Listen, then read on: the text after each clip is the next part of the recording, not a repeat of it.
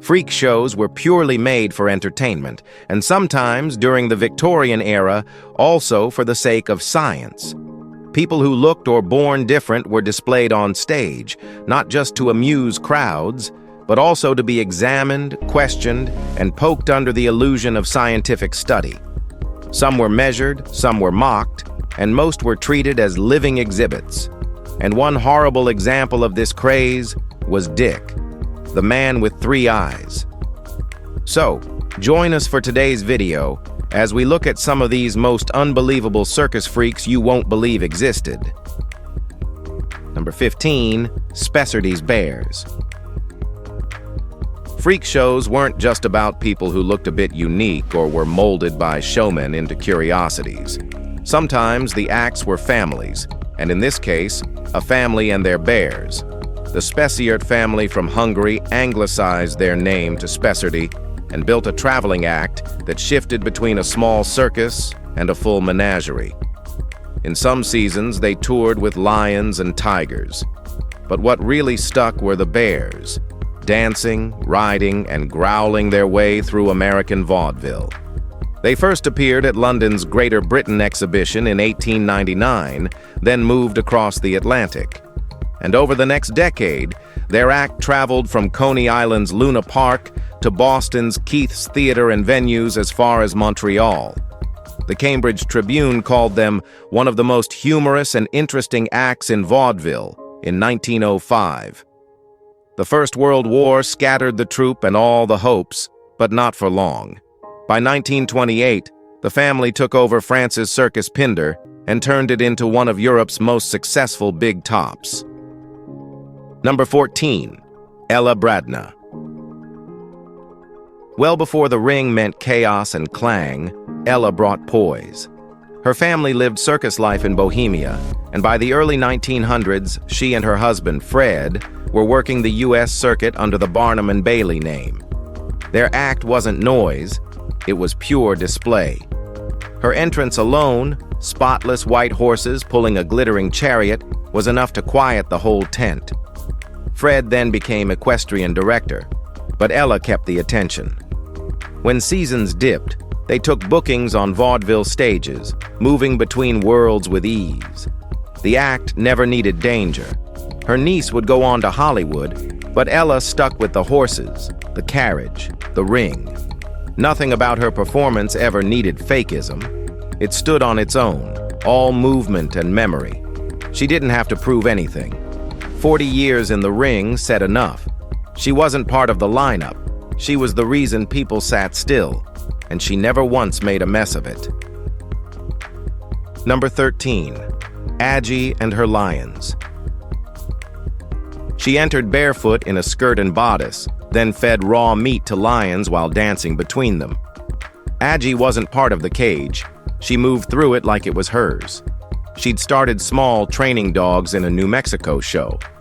But she had larger plans.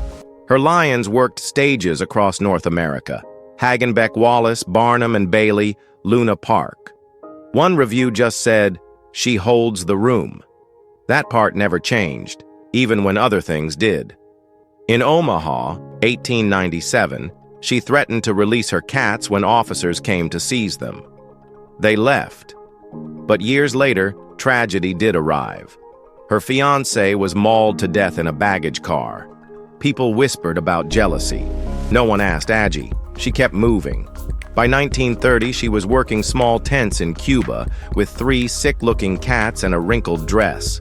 The lions were gone by 32. So was the noise. She cleaned boarding houses and didn't ask for pity. The posters disappeared. But the stories never did. Number 12, Johann K. Petursson.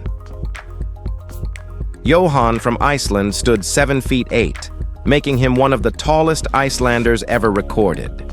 He grew normally until 15, when a sudden growth spurt changed everything. By 17, he was reportedly strong enough to lift small trucks, though his size also brought constant joint pain and limited mobility. Work was hard to come by, so Johann turned to the stage. He started in European vaudeville, then worked in a shipyard during World War II. In 1948, he joined Ringling Brothers and Barnum and Bailey in the U.S., where he was billed as the Viking Giant. Everything around him, clothes, furniture, and even his trailer, was custom built. He also appeared in film, most notably Prehistoric Women. After retiring in 1963, he returned to Iceland and lived quietly until his death in 1984, following an injury. He remains a legend in circus lore, remembered not only for his towering presence, but for the quiet dignity he carried through it all. Number 11. The Alligator-Skinned Man. Emmett was born in Florida with ichthyosis, which is a rare genetic condition that caused his skin to become thick, cracked, and scaly. His striking appearance led him naturally into the world of sideshows, where he began performing young. During his career, he met Priscilla Lowther, who had hypertrichosis and was billed as the Monkey Girl. The two married in 1938 and toured together as the world's strangest married couple. They spent decades on the road, performing for crowds who were drawn to their visible differences. Despite personal grief, including the loss of a daughter, their bond remained strong. Emmett passed away in 1995. Priscilla followed 6 years later. Behind the stage lights and gawking audiences was a long, enduring marriage built on trust. In an industry often accused of exploitation, they managed to find genuine connection. Together, they represented the rare human heart still beating behind the spectacle. Number 10. Alfred Latell. You might have seen a man in a full fur suit crawl across a stage on all fours, nipping at his handler's shoes. That was Latell. He didn't speak in his act. He didn't need to. He scratched, strutted, and chirped in perfect imitation of the animals he studied for years. Dogs, cats, monkeys, ostriches. He moved like them, looked like them, fooled rooms full of people with just his body. Church stages came first, then vaudeville, then headline spots across the country. His act was weird. It stuck. He'd bark, someone else would sing. One was usually his wife. They made it work for decades. As vaudeville died, he took the act overseas, Australia, theaters, a few odd film gigs, always as a mutt or a parrot. He worked into his 60s. When he died in 1951, there was no fanfare, and there was no grave marker. His widow tossed his dog suit, but some photos survived, just enough to prove he hadn't imagined it, just enough to remember. Number 9. Isaac van Amburgh. Long before lion tamers became circus icons, there was Van Amburgh. He was born in 1811 and started as a cage cleaner at the Zoological Institute in New York. Then he did something no one expected. He made lions obey. Dressed in a Roman-style toga, he stepped into the cage and made the cats sit, bow, or open their jaws on cue. He was the first to stick his head in a lion's mouth, not out of thrill, but to prove he could. By 1821, he was performing in New York. Soon he had his own show. In the 1830s, he toured England, played Astley's Amphitheater, and performed before Queen Victoria. But his methods were no secret. He used whips, starvation, and force, techniques already considered brutal, even for the time. Still, crowds came. His name stayed on the circus even after his death in 1865 and was used professionally until 1922. Isaac didn't invent taming, but he turned it into theater, and of course, cruelty into control. Number 8. Madame Olympia De Val. Elegance had its place in the circus too, and Olympia proved it. Born Olympia Blumenfeld in Germany in 1876, she came from generations of performers. Her specialty was horses, but she added trained dogs, then birds. They followed her around the ring like a practiced flock. By 1907, she was playing the New York Hippodrome. In 1914, she joined Barnum and Bailey. A year later, She was on the Keith circuit with an act so precise, trade papers called it the best bird act in the business. Her sons were part of the act too, first as children, then as performers in their own right. Two formed a comedy animal act called the Novell Brothers, while the youngest became a well-known clown under the name Nolly Tate. Olympia performed well into 1920. A steamship company once lost her costumes and props. She sued. Her birds stayed loyal. She died in 1963. Her legacy came in feathers, music, and memory, one quiet ring at a time. Number 7. Hugo Zacchini. Hugo Zacchini wasn't just part of the act, he was the act. Fired from a compressed air cannon his father built, Hugo became the first human cannonball launched using modern pneumatic technology. Though born in Peru during a family tour, his roots traced back to Italy. By 12, he'd studied art in Rome. He later earned a master's in New York. But it was the skies that called to him. After debuting his cannon stunt in Egypt, he caught John Ringling's eye in Denmark in 1928 and was quickly signed. Zacchini spoke multiple languages, sculpted, and even taught art off stage. Famously, he took a TV station to court for airing his entire act without consent, and won, setting a major legal precedent. He died in 1975 on his 77th birthday in California. But what most people remember is the flight. Arms out, body airborne, somewhere between thrill and danger. He defied both gravity and the idea of what performance could be. Number 6. Charles Blondin. Charles Blondin didn't do stunts. He rewrote what the word impossible even meant. Born Jean-François Gravelet in 1824, he was walking tightropes by the time most kids were still stumbling. But in 1859, he cemented his legend by crossing Niagara Falls on a single rope. No harness, no tricks. Then he did it again, blindfolded. Then with a wheelbarrow. Then while cooking an omelet. Then with his manager clinging to his back. These weren't gimmicks. Every move was calculated. Every risk rehearsed. He performed over the roaring gorge more than 300 times, each walk with a different twist. People didn't just watch, they stopped breathing. In Dublin, disaster struck. A snapped rope killed 2 workers during a setup. But Blondin didn't stop. Into his 70s, he was still walking the air. When he finally died in 1897, it wasn't mid-performance. There was no fall, no collapse. The man who risked everything, every time, passed in stillness and stayed balanced in memory. This was the life and end for many like him. Number 5. Gunther Gable Williams. Born in 1934 in Poland, Gunther moved to Germany with his mother after the war.